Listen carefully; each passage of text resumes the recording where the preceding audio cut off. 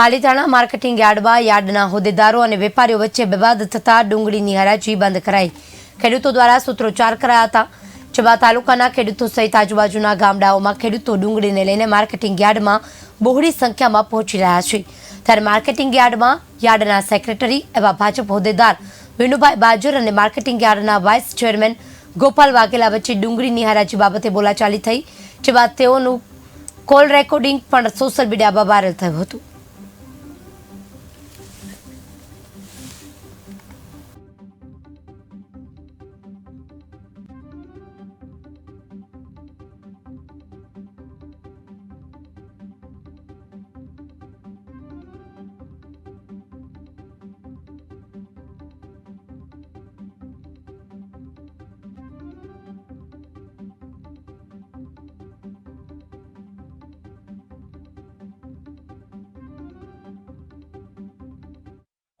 ગોપાલભાઈ વચ્ચે જે કઈ વર્જણ થઈ છે એવી કોઈ વાત છે નહીં, અને આ વિડીયો જે વાયરલ થયા છે એમાં અમુક વસ્તુ કટિંગ થઈને આવી છે, અને ગોપાલભાઈ અને અમારા વચ્ચે કોઈ જાતનો પણ મનભેદ છે નહીં।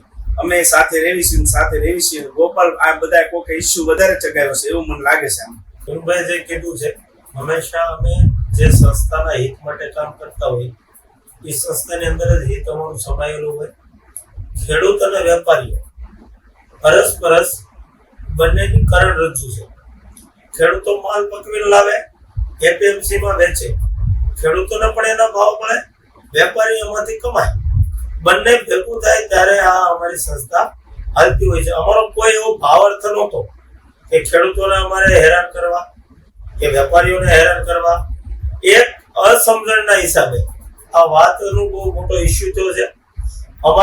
અમારી લાગણી કોઈ ખેડૂતો પ્રત્યે દુભાણી હોય તો પણ અમે ક્ષમા માંગીએ છીએ, કોઈ વેપારીને ભૂલ ચૂકથી પણ કઈ ગેરસમજણ થઈ હોય તો પણ એની પણ અમે બંને માફી માંગીએ છીએ।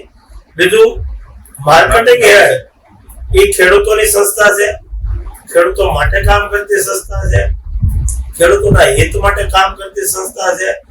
એટલા માટે કઈ પણ કોઈને અણસમજણ થઈ હોય, કોઈ વ્યક્તિ વિનુભાઈના મોબાઈલમાંથી ઓડિયો લઈને ખોટી રીતે વાયરલ કરીને ડબિંગ કરીને જે ન્યૂઝ બનાવવામાં આવી રહ્યા છે એ ફેક ન્યૂઝ છે। એટલે તમામ મિત્રોને આ ફેક ન્યૂઝથી દૂર રહેવું અને પાલિતાણાના એપીએમસીની સંસ્થા કાયમી વિકાસ કરે એના માટે સહયોગ કરવો એ જ વિનંતી છે। અસ્તુ। ડુંગળીના ઠેલા લઈને કાલના આવ્યો છું ને હવારના હેરાન થઈ છીએ, હજી કાંઈ હરાજી ચાલુ થઈ નથી। હવે એમને કોઈ એક વેપારીને કારણે બધા વેપારી અટક્યા છે ને કોઈ હરાજી કરવામાં તૈયાર નથી, અને અમારે ખેડૂતોને હું નહીં લેવાનું। અમારું એમ કહેવાનું છે કે હરાજી ચાલુ કરાવો તો કાલ બીજો માલ આવે ને, બંધ કરવાનું એ અંદરો અંદર એ જે હેડવાળા અને વેપારીને જે કાંઈ ડખો એ અમને કોઈ ખેડૂતોને કાંઈ ખબર નથી। અમારે ગોપાલભાઈ વચ્ચે જે કઈ વર્જણ થઈ છે